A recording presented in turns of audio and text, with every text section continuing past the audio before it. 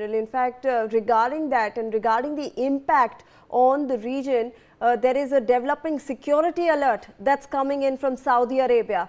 The kingdom's defense ministry has confirmed that a drone crashed at Saudi's Aramco's refinery in the Red Sea port city of Yanbu, amid a wave of aerial attacks targeting energy infrastructure across the Gulf region in retaliation to the ongoing U.S. Israeli strikes on Iran. SAMREF, a major joint venture between Saudi Aramco and ExxonMobil, suffered what sources described as minimum impact, with no immediate reports of casualties, significant damage, or major operational disruptions.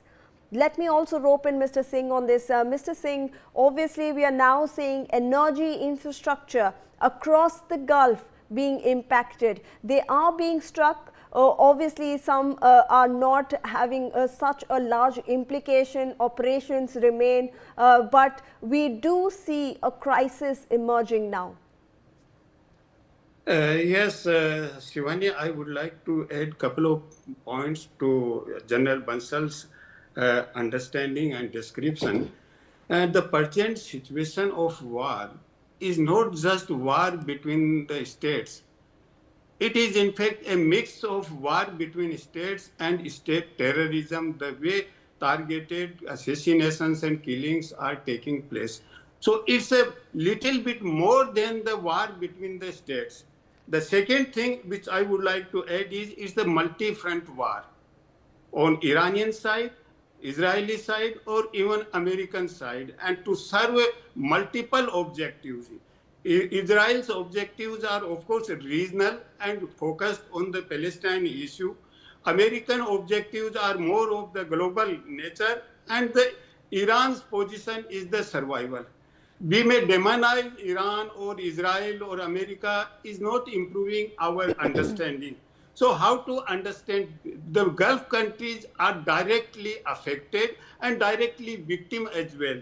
And that is why they collectively went to the United Nations Security Council, where resolution was passed, and 154 countries, including India, co-sponsored their resolution.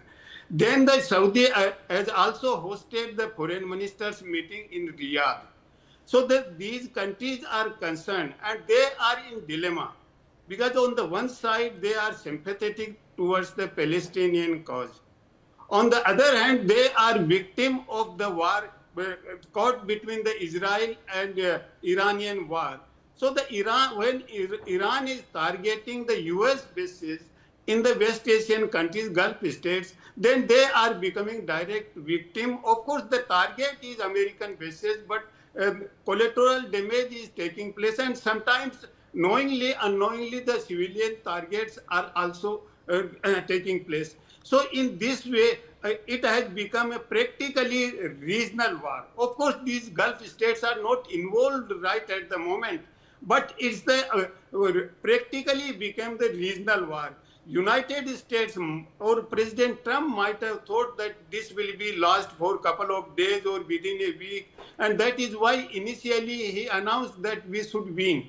And the next week he told we won the war. And the third week he told we should win the war. And now he is saying help us. He is asking U.S. allies to help, including in China. He has also requested China to help. So in this way, it is going beyond region.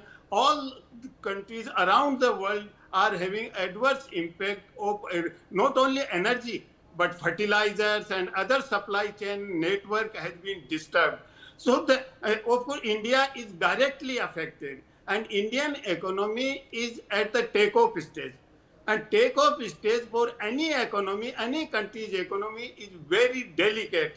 So once you have a takeover, then your economy becomes smooth. So this is the greatest challenge for India. Of course, our government is active, keeping the citizens informed and taking appropriate steps to procure the oil and fertilizers and gas, and also the revamping and managing the distributional aspect. But for India is the greater challenge than other countries, partly because of being the dependence on the Gulf state, partly because of the India's economy, and the thirdly being a neighbor and having a strategic partnership both Iran and Israel.